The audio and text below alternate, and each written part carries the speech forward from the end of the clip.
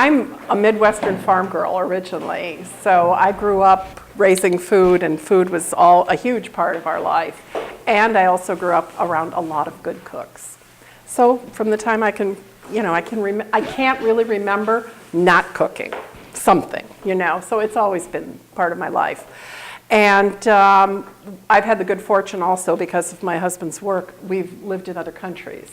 So we've kind of assimilated that into the way I cook. And my husband is Cuban born, so that also brings another aspect to it. And it's all about flavor, But I suppose it has a lot to do with the fact that because we raised our own food, my parents were very big on trying new things. So that's not been something that was terribly intimidating, because food is all about flavor. That's what it boils down to, how it tastes. How it looks is important, but it boils down to how it tastes. And the other thing you should be aware of is I work at the spice mill in Manchester. And it's a small family-run company. And we've been in business about close to 20 years now, I think 18 years now. And he sells, we sell to the trade. Metro Beast buys from us, Abigail's. I mean, a good number of the restaurants in the area buy from us. And they have a small retail store. And that's one of the reasons I'm there, is he knows wholesale. I know retail. So it works, And I've put out a couple of things here. This is our mulling spice blend. And this is South Shore is our version of Old Bay. And on the back table, I made you, if you'd like to try it, some clementine cranberry sauce. Okay, and the recipe is here. There are some handouts here if you want to pick them up. And these are just some of our spices. These are open, so you can pop the lid open and smell them or taste them if you'd like. I was asked to talk about flavors of the season. I have to put my cheats on, because I do have a little cheat sheet here. And flavors of the holidays. What are the flavors of the holidays? What do you associate with them? Because this, by the way, you're not going to sit there like lumps. We're going to have a conversation here, okay? I don't care if you've worked all day or whatever, you're going to have to think, all right? So, cinnamon, okay? But you associate that more with baking, right? But cinnamon is wonderful in a savory way. Really wonderful in a savory way. And that's one of the things, for example, in the Arab countries, that was the seat of spice. And spice was currency, many centuries ago. And they use cinnamon in a very savory way. Then the Moors came to Spain, so the Spanish use it that way as well. The whole Iberian Peninsula cooks with cinnamon in a savory way. They also bake with it, but that's another side of it. India uses it that way as well. What else? What other flavors? Mint? Nutmeg. Oh, nutmeg, yes, nutmeg. Now, nutmeg is from our part of the world. Nutmeg is indigenous more to this side of the ocean. Yeah. And what about allspice? What is allspice? Oh, thank you. Thank you. And I didn't pay her, I really didn't. Allspice, and I feel really badly because I should have brought it in its pure form. I brought it ground, but it's a berry. It isn't a mixture. It is reminiscent of a mixture of spices, and it's actually, Jamaica is where a lot of it comes from. And there it's called pimento, or Jamaican pepper. Grows on a vine, but it's about the size of a really large peppercorn. And it was the British, actually, who gave it the term allspice, because it has notes of cinnamon and nutmeg, as well as cloves. And again, it's a fantastic spice to use with pork. It's wonderful with pork. And a lot of barbecue sauces will have... Yeah, yeah, yeah. A lot of times all you want is a dash of something. And it's one of those things, the way our tongues are designed, we don't always taste that thing, but the thing that we add, like a nutmeg, or rather allspice, will make us taste the other things in the dish. So it's that whole complementary flavor. That's why one of the things, before I forget, I do kind of tend to just ramble, so I apologize in beforehand. when you taste something, and I encourage you when you cook, I don't care if you follow a recipe to the letter, taste it. That's the only way you can truly determine if that's what you want it to taste like. And it doesn't have to taste like the recipe. You can adjust it. But when you taste something and you think, this is a little flat, it will need probably one of two things. It'll need an acid, and an acid would be vinegar, not white vinegar. White vinegar you scrub floors with, you do not cook with it, because it is just harsh and pure acetic acid. You want a wine vinegar, a balsamic vinegar. You want any of the citrus juices. Even citric acid in its crystal form will give you kind of that lemony boost. And then salt. And one of those two things generally will fix something that's bland. Now, when you're cooking with meat, a little bit of sugar. I'm talking a 3-fingered pinch of sugar in a stew. You won't know it's there, but your tongue will know it's there, and it'll make you taste all of those other things more, or more, with more complexity, let's put it that way. And by the way, as I'm going, if something comes to mind, oh my God, I'm sorry. I meant to take that out, forgive me. If anything comes to mind, it doesn't have to be about what I'm talking about, but you have a question, there's something you're thinking about, something you're wondering, or I trigger a thought, don't hesitate. Just ask, because that, makes it a lot more interesting. Because you had a question about allspice, you see. One of the things I do want to mention before I forget is how many of you are fixing a turkey for Thanksgiving? Oh, good, you're not. Good for you. Oh, okay. Somebody else is fixing the turkey. How many of you wash your turkey? Oh, you don't. Good for you. You're not supposed to. Yeah? Oh, the last group I did, they were shocked that you weren't supposed to wash your turkey. But yeah, you contaminate the whole area around, generally speaking. Now, if you brine a turkey, then you really do have to rinse it off. And what I suggest to people is to take a pan of water, take it outside, put it in something, and rinse it off outside. And then bring it back in. Because if no matter how careful you are, using bleach, because bleach will kill everything, there's no question, but no matter how careful you are, there's just microscopic splatter that happens. And if it's contaminated, it's going to cause you problems, or it certainly can cause you problems. And that's not a fun thing at the holidays, definitely. It's not a fun thing anytime, but certainly not at the holidays. One of the things I also want to mention is Miller Foods has something they call turkeys. And I don't know if any of you have tried those. Miller Foods is in Avon. You do know where it is. Okay, no? It's in Avon. You know where those horses, the guard horses? It's just like at the next light, right by St. Anne's there. They specialize, that's their thing, is turkeys. But they have this great thing called turkeys. It is boned. They've taken all of the bones out, except for, I think it's the drumsticks. I think the thighs are even deboned. But the fantastic thing about that is you can roast that and then you just slice it. And you can put the stuffing in it and you get a piece of turkey and stuffing. It makes it much, much easier. The other thing is turkey should be cooked to 165 degrees. That's pretty much the minimum. The problem with this is the breast and the thighs don't cook at the same speed. So one of the ways you can get around that is if you don't care, you don't want to bring it to the table and have the big, Norman Rockwell turkey there and somebody's going to carve it. If you do that in the kitchen, you can do what they call spatchcocking, which is to remove the backbone and then flip it over, take the backbone out, flip it over so the breast is up and pull it so that the sides come out and then push down on it. You're going to flatten it out. And when you do that, generally speaking, the turkey will cook reasonably evenly. It's just So you do that before you cook? you do it before you cook it. Mm-hmm. But you need to wait on it. You need I've seen to, it on yeah. television and it's just- Yeah, you have to. Like You don't have to. You just have to break the breastbone is what you do by pushing down. Yes, my son broke my chopping board doing that, but okay. We all survived it. When you prime your turkey? It depends, which I know isn't very helpful. It depends on what I'm feeling like that particular season.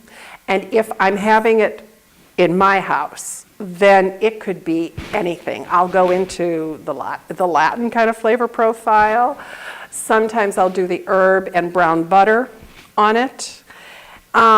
It depends on how traditional the people are that are coming, because we're not very traditional. We kind of, for us, it's kind of a grand experiment. And I always have a pork roast or some other meat, because I'm afraid turkey is kind of wasted on me. I'm a dark meat person, so that's kind of part of the reason why, I think. But it's, it serves a lot of people. It serves its purpose, definitely. And but I think one of the things I like is I like rosemary a lot. I like garlic a lot. I also like tarragon. I'm not sure that I wouldn't use necessarily tarragon and rosemary together. They tend to fight a little bit, I think. But tarragon is one of those things that is, people are funny about it. It seems that a lot of the herbs that have that licoricey kind of aspect to it, a lot of people like that in very small quantities. So a little of that goes a long ways. Rosemary is also a very pungent herb, but it seems to be, I think, a little more familiar maybe for people. And one of the things that is very good with turkey is herb de Provence, that blend, because it also has a little bit of lavender in it. And the spice mill does we have French lavender in ours, and not all of the ones you buy do, but the French herb de Provence that you would get in France would absolutely have lavender in it. And lavender is a fantastic herb. I guess that would be an herb, or a spice rather, because it's a flower. I guess that would be a spice. Never thought about that too much. Very nice, but again, you need to also use that in very small quantities. It's fantastic with blueberry pie and lemon. I always put some in blueberry pie and lemon. And while I'm thinking about odd things, that cranberry sauce, pink peppercorns in there, is great. It's not expected. And I kind of tend to like to do the unexpected and mix sweet with savory things, and savory with sweet things.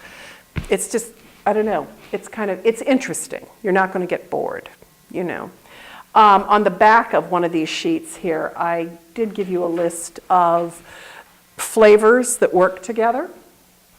It's just my list. You can go anywhere with that. And I use quite a bit of citrus. I like citrus. You get some acid with it, and I've always been a fan of orange. And one of the things we don't tend to use in this country very much is lime. Lime is, lime popsicles or something like that, but we don't tend to use it like we do lemon. And it's fantastic squeezed over a piece of fish or over, a chicken, something like that. And I encourage you to use sauces. And sauces don't have to, pardon? Squeeze lime over a steak before Yeah, you grill it. exactly. Now you're into that South American profile. When we lived in Brazil for a while, and when we lived in Brazil, I used to do my shopping at street markets. And we lived in São Paulo, which is this massive city. And every day of the week, most neighborhoods would have twice a week the street market. And I bought chicken there, I bought fish there, I bought all my produce. And they were just stalls that sat up at 6 o'clock in the morning and were done by 2. But we had some of the best chicken and some of the best fish we've probably ever had anywhere. And limes were one of those things that the real is their currency, and it was trading at par with the US dollar. And I used to pay about 70 cents a kilo, 2.2 pounds, for limes. If I wanted lemons, they were $5 a piece. If you could find them, and limes were everywhere. But lemons were a little bit harder to find. So, you adjust. I think, I've not checked this out, and I've been meaning to do that, but I think limes possibly have a higher, they're a little more acidic, I think, than lemons are. But they do have a lovely, fresh, clean taste that it's an acquired thing, I think, for some people. And use the rinds of these things when you're cooking. When I make a hollandaise sauce, I put the lemon zest in it. And it just, it gives it so much freshness. And a little bit of heat is also kind of interesting, some chilies. There are a couple of chilies here. There's a really lovely, this one's an ají amarillo.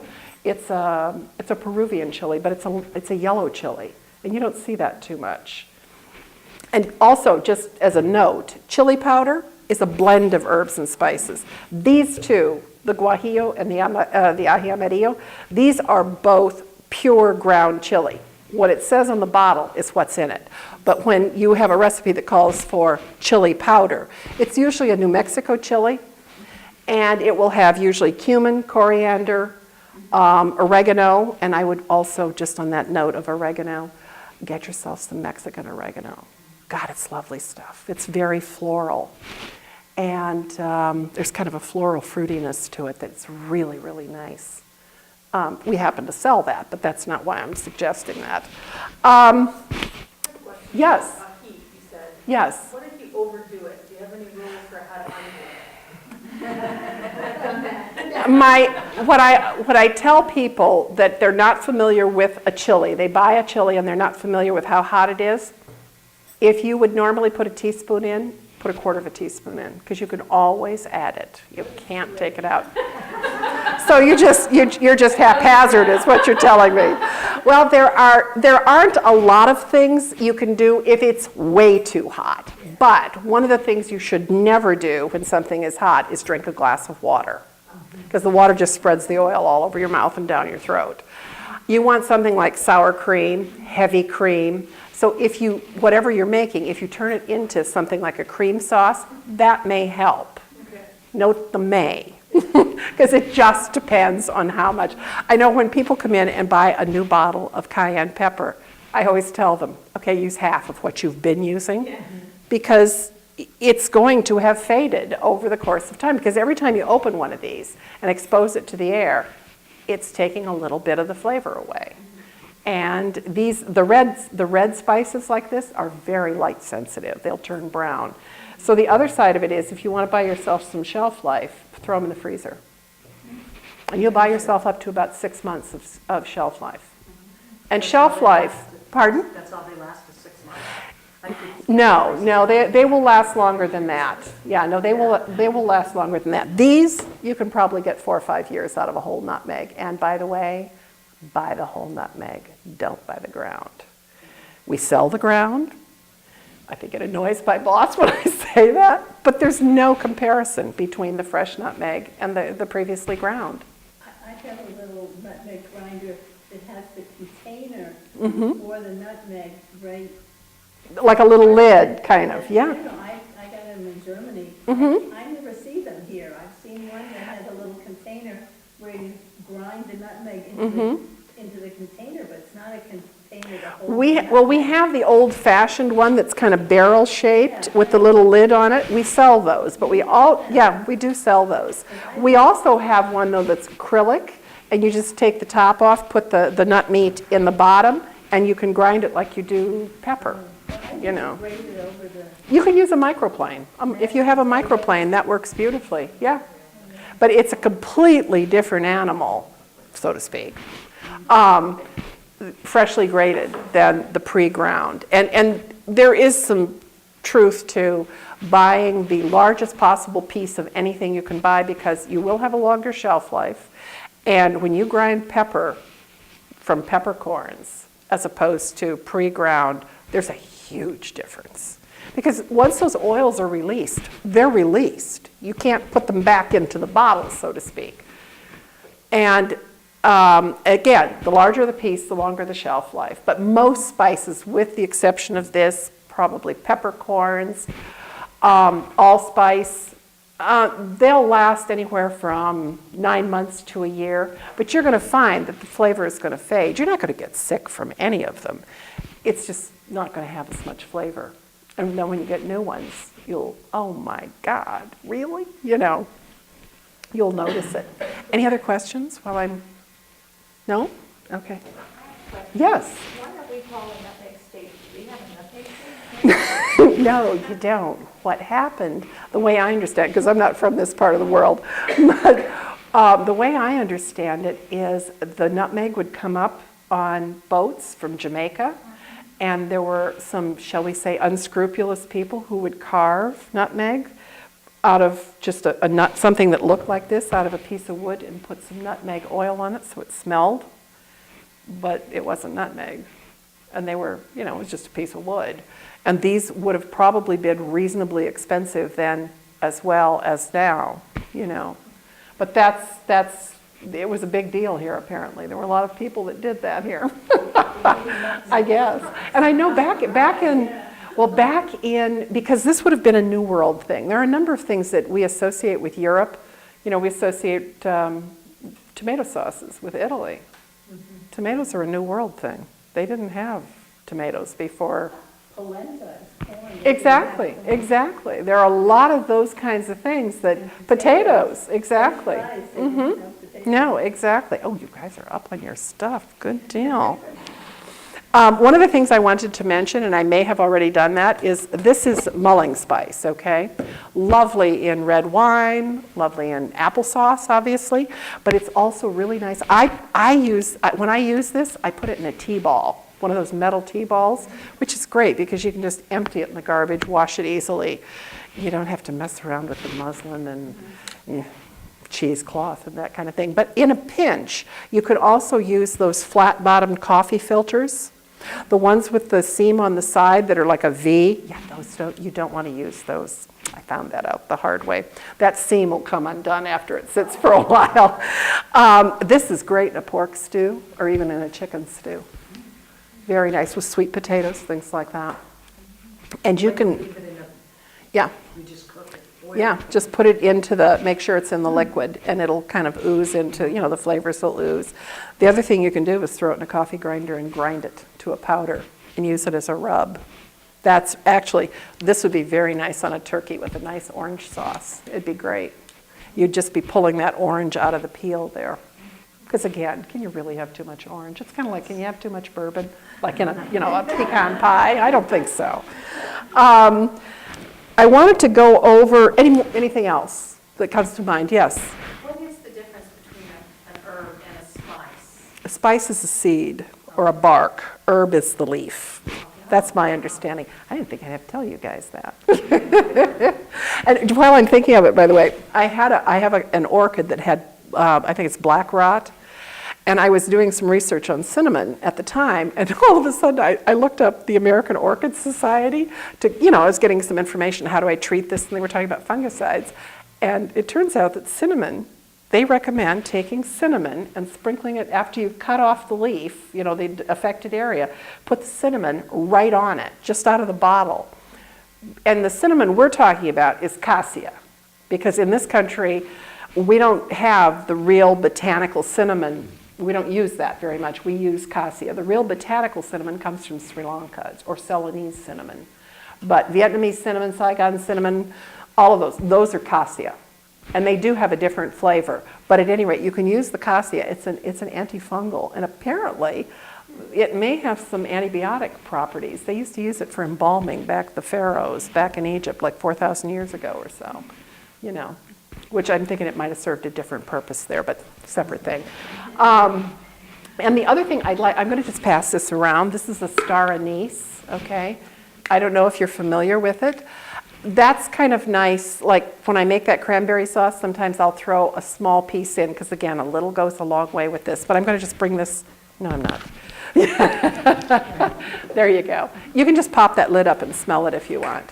There you go. And they're kind of interesting looking. They're nice. You can also put them on top of a gingerbread. One of the other things while I'm thinking of gingerbread is black pepper is fantastic in gingerbread or ginger snap cookies. You won't necessarily think, oh wow, there's black pepper in this, but it works. It just kind of grabs that spiciness and takes it just a little bit further. I like hot pepper in pancakes. Yeah. I thought you did that back. In a pan of gingerbread, maybe an 8x8 pan of gingerbread, I'd probably put a teaspoon of black pepper in it. Yeah. But I tend to like heat, so use a half a teaspoon. You have to find your own way on that sort of thing. Now, I wanted to talk about some of the things we associate with Thanksgiving other than spices, like potatoes. Mashed potatoes. Most people have mashed potatoes. just as an aside, if you take the mashed potatoes and you put them through a potato ricer, they will tend to be fluffier. And when I make mashed potatoes, I don't tend to use milk in them. I save the potato water, and I mash them and put the potato water back in to them, because there's an incredible amount of nutrients and flavor in that. And then what's left over, either I make bread with it or I use it for soup. You know, it's a great, it's a great base for soup. Yeah, exactly. Yeah. And I throw whole garlic cloves, peeled, but just throw whole garlic cloves in. And by the time the potatoes cook, I can just mash the garlic cloves right into the potatoes. Because I use a ton of garlic, because we all just love garlic. And when you cook it, it gets sweeter, and it takes that roughness off of the edge. I may not be telling you anything you don't know. If I am, just stop me and I'll move on. Yes? What did you say to do with them to make them fluffier? Put them through a potato ricer. Do you know what a potato ricer looks like? Okay. It's, But I'm not much of a no, that's okay. It's about this big around, and it has holes in it, like a sieve kind of does, you know? And then it has a plunger. So you'd put your potatoes in there, and then you squeeze it together, and it comes out like rice. It kind of looks like rice out the holes. Yeah. When you make gnocchi, it's really, that helps make them less heavy. Mine is like a large garlic press. Yeah, that's see, much better way of putting it. Yeah, that's a great way of putting it. Thank you. I'm stealing that. I'm just telling you. Okay, I'm going to use that now. And you can use olive oil instead of butter. Olive oil is great in mashed potatoes, depending on what you kind of where you want to go with it. But olive oil, Parmesan cheese is nice. And if you want to do your potatoes ahead of time, you want them to be just a little looser than they might be, because when you go to reheat them in the oven, my thing is always, I never have enough room in my oven, and I have a pretty good sized oven. So a lot of the things I want to do ahead of time, so that, because while that turkey sits there and rests, and you want your turkey to rest, I then can reheat what I need to. And it's better if it's at room temperature, because you are less likely to crack the dish if it's a glass dish, but also it will heat more quickly.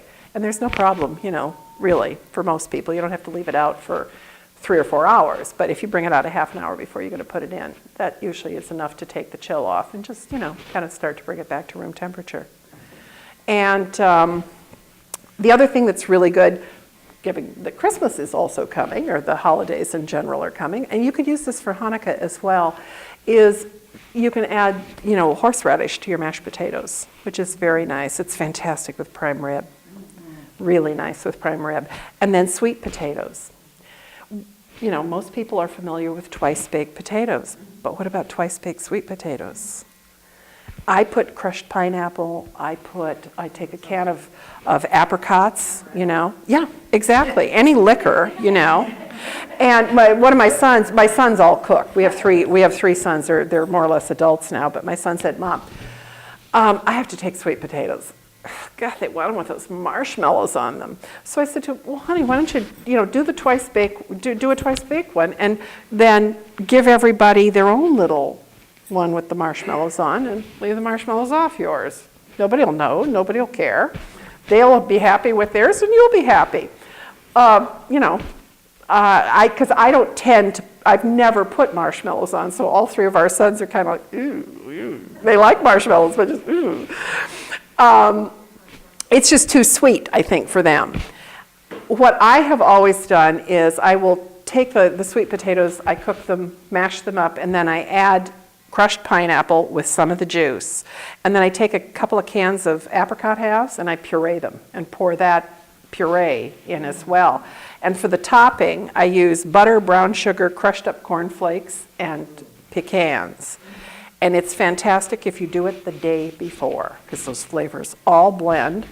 And then you bake it, and then you just reheat it. And that top crisps up nicely, and it works pretty well. And I'm not giving you any proportions, because you don't need proportions. You can figure that out if that's something you want to do. And learn to do that. Learn to cook that way. It's good to have, when you bake, it's a little more complicated because that's more of a science than just cooking. But, don't be, the thing is, if you add a spice you don't like, okay, you're not going to do that again. Generally speaking, you add too much heat, you're not going to do that again. You'll change it, Most of the time, nobody dies. I mean, most of the time. And that's not our goal, by the way, to kill anybody off. The other thing is sweet potatoes are really good savory as well, in terms like use sage with them, use cheese with them. You can do a wonderful au gratin dish, but instead of using white potatoes, you use sweet, And I encourage you to roast your vegetables.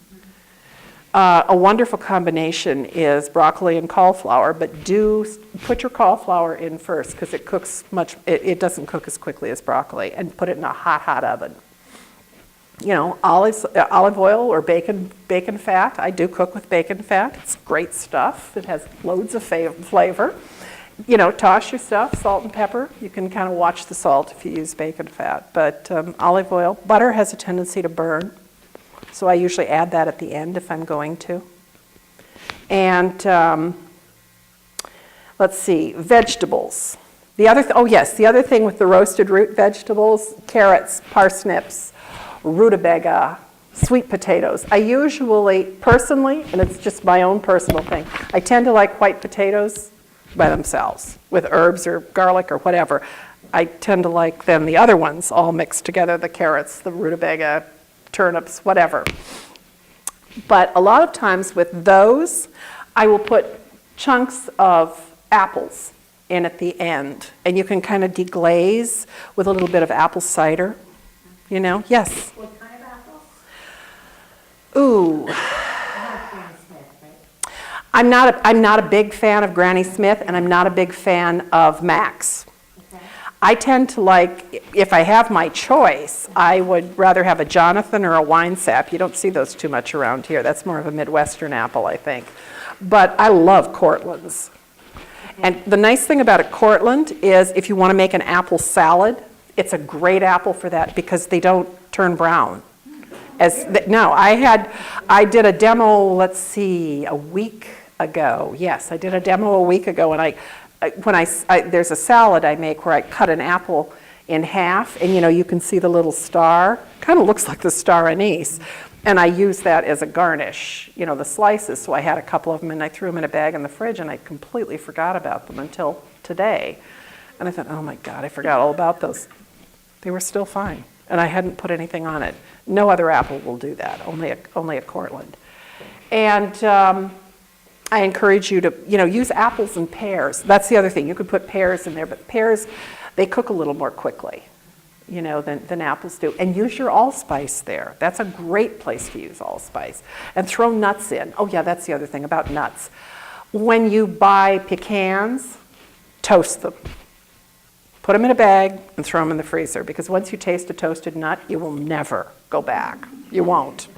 They're just, I do them in the microwave. In a glass pie plate. It's a little dicier. You have to really watch it a little more closely. And after it's gone, I'll do maybe a pound or two in a glass pie plate. And after about 2 minutes, then about every 30 seconds, 20 to 30 seconds, I'll stop it and stir it. So, but yeah, it works really well. Otherwise, a 350 oven in a cookie sheet, maybe, I'd say about 10 minutes, 10, 15 minutes. Once you can smell them, usually they're toasted, but you do have to watch them. And you can make a mixture. The spiced nuts, I have a recipe up here for spiced nuts that uses pecans, and it uses like pumpkin pie spice you can use, or you can use cinnamon and some chilies, some chili powder. One of these chili powders are great. And I use maple sugar, but you can use brown sugar, and olive oil, and just toss them and bake them. And they're wonderful. They're good as a nosh. That's one of the things, Thanksgiving, do you do a lot of hors d'oeuvres before Thanksgiving? If you do, nobody eats. I discovered that the hard way once. So something like spiced nuts are really nice, because people, they're not going to eat too many. And of course, if you put a little more chili on them, they'll even eat less. There are ways around these things. Let's see, what else? Adding things like dried fruit, dried cranberries to you can reconstitute them in bourbon or in brandy or in rum, and then throw them in with carrots at the end, and maybe a little bit of allspice or a little bit of cinnamon. They're fantastic. And salt and pepper. Salt and pepper is kind of a given, so I don't tend to say much about it, because you really, most people really don't have an issue with salt. They really don't. Our bodies require it. And if you're not, just living on, I don't know what has a lot of salt in it, salted peanuts, I don't know. Most people, it's not an issue unless you have renal failure. We need salt, and a little bit is really, it's hugely important to flavor. And it's also, just as an aside, as we age, our taste buds fade. What I taste now is not as pungent or as strong as when I was 20. It's, my eldest sister's a dietitian, and she works in nursing homes, and she had ordered from one of her purveyors some ribs.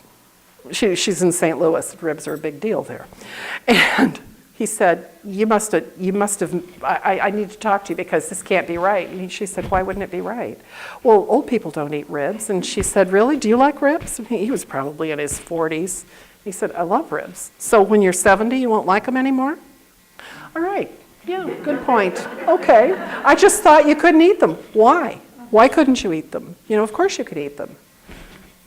So they all had ribs. Roasted Brussels sprouts. They're nice. Very nice, yeah. And if you take the time to put them face down then they will kind of brown up. And a hot oven is essential for that. And you can, at the end, just drizzle a little maple syrup on them. They're lovely that way. And bacon. I strongly recommend bacon with them, but that's a personal thing. I have a hint for that, too. Yes. As you're cutting them, some of the outer pieces will come off. Right. You can toast all those like you do kale chips. Mm-hmm. And they are fantastic. I'll bet so. Nothing gets wasted. Good for you. Good for you. We were in Italy this year, and it's one of those things you notice with Europeans. It's so different than the way we cook. They waste nothing. You have stale bread? Fine, we'll make a salad, we'll make a soup and use that to thicken it, The Spanish do the same thing. The Spanish tortilla is eggs and potatoes. But, it's that half a cup of leftover peas and a little bit of chicken, and they put it all together, and that's dinner. Because Spanish tortilla is very different than the Mexican tortilla. Totally different thing. It's eggs and potatoes. The Mexican tortilla is the, pancake thing, really, kind of, For desserts, like I said, pink peppercorns, very nice, and cranberry. And try doing a cranberry raspberry pie. It's very pretty, first of all, and it's very festive for the holidays. Let's see. Pecan pie, throw a few chocolate chips and some bourbon into it. Becomes, yeah. We're on a maple syrup kick here. I'm seeing a theme here. Yeah, but that's a great idea. Mm-hmm. And, yes, I learned this from a friend of mine who used to make a mincemeat pie and a pumpkin pie, and people would be taking slices of each, and one day she said, well, this is stupid. So she put the mincemeat in the bottom and poured the pumpkin custard over the top and baked the two together. And it works, it really does. It works very well. You can take the cranberry sauce also and use it as a dessert. You take a piece of pound cake, put some of the cranberry sauce on it, put some vanilla ice cream, and drizzle it with hot fudge. It's very edible. Stuffing. You know what the difference between stuffing and dressing is? No. Stuffing goes in the bird, dressing is outside. And stuffing is one of those things, as I said, my mother was a good cook and she made good stuffing. I grew up eating oyster stuffing. And she was always kind of hesitant to put the oyster stuffing in the bird, and she never did it until right before she was going to put it in the oven. And but there was never enough, because we all loved stuffing. So there was always this big pool of it kind of around the back of the turkey. And one day she kind of thought, Okay, so I have the stuff in and I have the stuff out, but I'm not noticing that the stuffing that's in the bird really has that much more flavor than the stuff that's out. And it's just so much easier to put it into a separate dish and you don't have to mess with it. So that's what she started doing. But in order to kind of compensate, I think, for the drippings, she would take some of the gravy she made and just drizzle it over the top and kind of just mix it in. Makes a huge difference. It moistens it a little bit. You know, it really does. So, I mean, I never have stuffed a turkey. I throw an apple, an orange, you know, cut them up into wedges, and an onion, and make sure that I salt the cavity. Particularly if I don't brine it. If you brine it, you don't want to salt it. Your gravy is going to have a tendency to be a little saltier than it might normally be.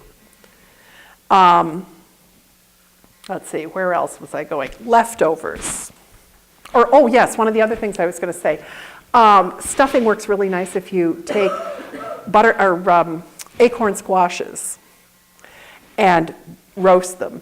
And then you can put stuffing in them or partially roast them, put stuffing in them, and then put them back in the oven, finish it, and you can cut them into quarters so everybody kind of gets, that can be vegetable and stuffing. It works nice. It's a nice little vessel to hold that. And leftovers. What do you guys do with leftovers for Thanksgiving? Like a stew. A stew? Okay. Turkey pie. Turkey pot pie? Okay. Do you do it with the potatoes on top or with biscuits? Okay. Because you can do like a shepherd's pie. Yeah. Use some of the leftover roasted vegetables and then use your mashed. Well, you're just not making enough. You have to make more. Sandwiches? Yeah. Oh, yeah. Yeah. Now, one of my sons, Thanksgiving isn't Thanksgiving without Friday. He gets his turkey sandwich with mango and curried mayo on it. He says, Mom, I don't care if you make turkey. I don't want it that day, but I want that sandwich the next day. So I always make a curry mayo and get a couple of mangoes. And I will tell you, it is a nice combination, and it works really well with the turkey. Turkey hash is another good thing. You know, that you can chop the turkey up, chop up those vegetables. And if you don't have enough vegetables, put a sweet potato and an onion in there. Start that beforehand and then add everything else. And I don't usually put mashed potatoes in, and I mean, to be honest, I always make extra because I want the leftovers. Mm-hmm. You know, it's just nice. You don't have to mess around too much the next day or even for the whole weekend. And let me think, what else? Oh yeah, one of the other things is to take turkey breast, if you have some left, slice it relatively thinly. I'm not talking paper thin, but 1/4 of an inch is a little thick, a little thinner than that. And you can take sweet potatoes or mashed potatoes and just kind of roll it inside of that and then thin your gravy out and put over the top of it, maybe throw some mushrooms in it and reheat it in the oven. And that's kind of a nice, a little bit of cranberry sauce on the side. That's kind of a nice, a nice way of doing, leftovers. And pasta. Pasta's always a good way. Turkey a la king or, something like that. When you put your orange and apple and onion in your cavity, Mm-hmm. do you peel the apple or you just cut it? I just cut it. I don't even bother to seed it. Yeah, yeah. I just leave them. And then you salt with sea salt in the inside? Or? Yeah, sea salt or kosher salt. I don't tend to use table salt. I don't know, it's just, I think it's a thing with me. I don't really think there's any reason not to use it. And one of the reasons that you use iodized salt is to prevent goiters. They discovered that in a small town in Minnesota. You don't have to worry about that here because within 200 miles of the shore, it's in the air. So you don't have to use iodized salt here. Differences between salts, it's pretty significant. I find that kosher salt maybe dissolves a little more quickly. And you can use kosher salt as long as it doesn't have any anti-caking agents. You can use that instead of pickling salt, and you won't get cloudy pickles. It's the anti-caking agent that causes problems when you pickle in the summer. So you can use kosher? You can use kosher as a substitute. But be aware that salts are different. Morton salt is heavier than diamond salt. I think it's like a cup to a cup and a quarter. How about if you use kosher? Would you say kosher?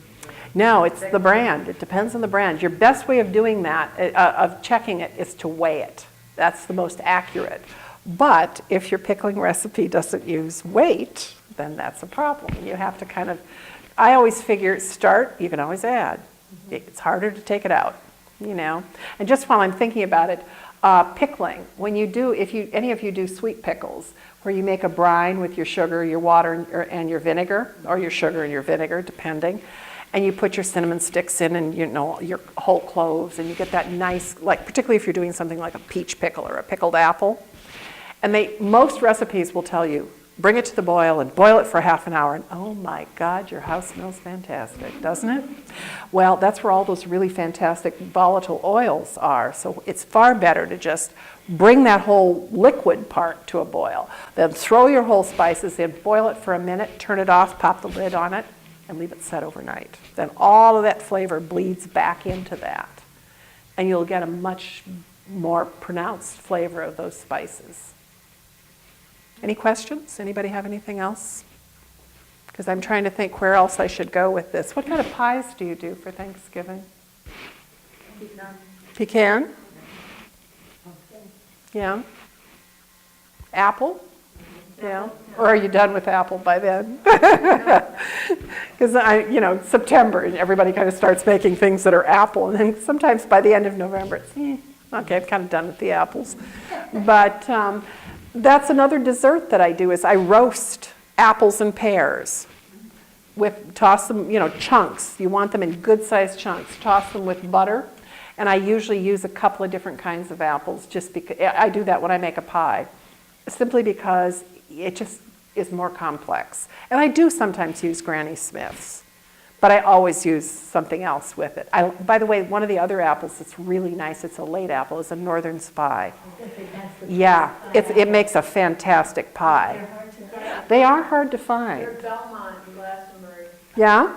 Yeah, I've heard they have quite a different variety. They have a variety of apples, but everybody does the Max. When we lived in Canada, there was an orchard we used to go to, and they had something like 20 different kinds of apples, and it had been in the family for a while. They had things like Baxter. These would come in at the very beginning of September, but they weren't a good keeper. But when they'd go to replace trees, I knew the woman pretty well over the years, and she said, I don't know what the big deal here is about Max. Oh, I said, it's a big deal in the States too, everybody Macintosh. She said, look at these apples, some of these are so much more interesting. And I said, you're not going to get an argument from me. And they've done a lot of now there's been a lot of hybridization too, or cross-pollination, or whatever you want to call it. Because there's something called a Jana Gold, which is it's a very nice apple. Yeah, it is. And that's a nice cooking apple as well. And I don't know how Macao, that's kind of a nice apple. And I've just kind of gotten to using Empires a little bit more. They have a nice bite to them, kind of. Yeah, exactly. And also, if you can get your hands on some Gravenstein, do. They don't keep well, so I use when I can get those, I make them into applesauce. And they just, I don't know, there's a spiciness to them that's really lovely. And use them you can put apples in, you can do cranberry sauce too, like in cinnamon rolls, That works really quite well. No one's ever turned them down, okay? I can talk to you about, that's kind of what I was covering in terms of the flavors of, of Christmas. But I will tell you on the back here, there are some baking substitutions. And the spice nuts. And wait, what do I have here? Yeah, here's the baking substitutions. Because it's good to know those, just simply because you're doing something and all of a sudden, oh my God, I don't have any cake flour. And you can, it isn't perfect, but it's helpful. I mean, it really is. And I know I get a lot of times questions about, well, what if I don't have any buttermilk? What do I use? A little bit of acid and milk, and you're pretty much there. Can you just use yogurt? You can. It's good. It might affect. Some vinegar. Yeah, you might want to thin the yogurt a little bit. with liquid because it's less liquid than milk or buttermilk is. But yeah, absolutely you can use yogurt. And buttermilk is usually fat-free, so a fat-free yogurt would work really well. Anything else? No, spices like the apple pie spice, does it have recipes on it, or is it apple? When we use, is this the apple pie spice, the way the Spice Mill does their bottles, we've taken off the RDA suggestion on the side because there's virtually no information, they're negligible, the minerals and anything you would get. Salt, maybe, but we have a list so you can find out. And what we've done is we've put suggestions on the side.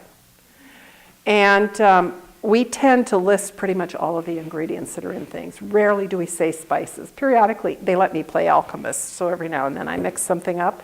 And if I run out of room, then I do kind of add in spices because there is, as you might imagine on our printer, our label printer, yeah, there's just so much I can get on there.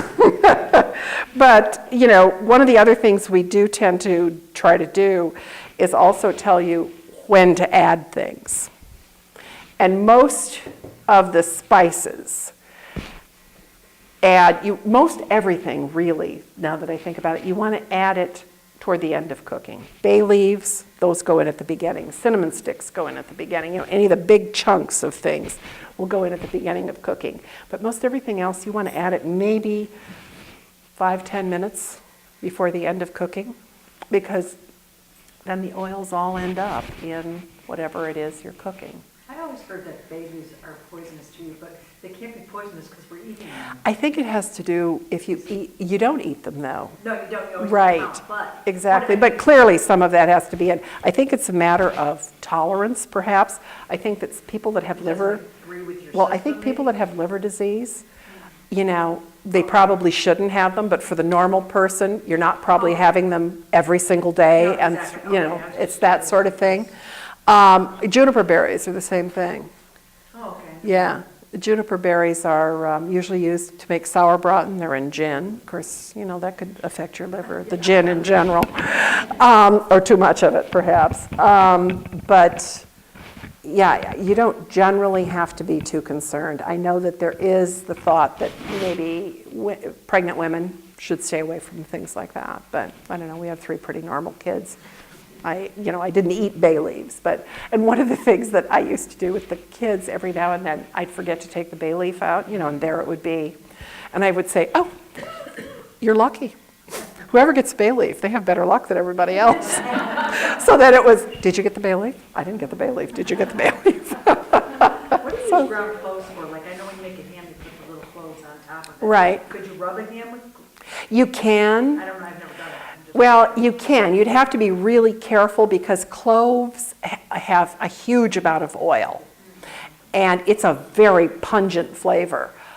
So usually it's in things like gingerbread, but it's in a small amount. You use probably, if you use a teaspoon of cinnamon, you're probably going to use maybe 1/4 to 1/8 or 1/4 of a teaspoon of cloves, unless you really like cloves. And if you really like cloves, use more. It's like I really like allspice, so I usually add more allspice. And I always put allspice in my apple pies, always do, but I never put nutmeg in them. I just don't like it. I prefer, other.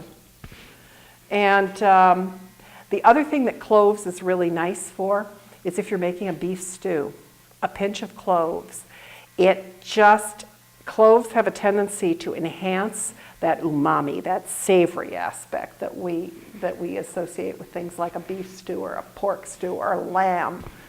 And cloves are good with lamb as well. There's something, and venison, that gaminess, cloves kind of, balances it, or I don't know if that's helpful or not. And ginger, fresh ginger, you're going to get some heat from it, generally speaking. And you can freeze, by the way, the fingers, because they refer to that whole thing as a hand of ginger. And you can just freeze it the way it is and just grate it frozen and just throw it back in the freezer. Oh yes, one other tip I wanted to give you. Tomato paste. No matter how small that can is, if you're not using that whole thing, you put a little bit of plastic over it and you stick it in the fridge because you're going to use it. And then a week later, you're throwing away this really disgusting, kind of moldy thing. Well, what I figured out is I now buy the largest can of tomato paste I can buy, and I cut the top out. I put a plastic Ziploc bag over the top of it, turn it upside down, cut the bottom out, and drop the thing into the bag, take out all of the air, and smooth it so that it's about this thick. And then when you want a tablespoon of tomato, and throw it in the freezer. And then when you want a tablespoon of tomato paste, you just break off a tablespoon size and drop it into whatever you're using. And you never waste any more tomato paste. That's my tip. That's my aha moment. The other thing I do want to mention is I'm also a docent at the Wadsworth Athenaeum on Fridays. So we've gone through a huge renovation, and it will finish at the end of January. And do come and see it, because we're going to pick up 36,000 square feet of new gallery space. So there will be things out that haven't been out in decades. And the first exhibition is Coney Island. Oh, cool. Yeah. So I just thought I'd throw that in, give them a plug. Anything else? And if you think of something afterwards, I'm here. And do come and take a sample of each one of these. Take those. And do try I encourage you to try the cranberry sauce. Thank you so much. Thank you. Thank you. Funding for Simsbury Community Television is provided in part by contributions from viewers like you. Thank you.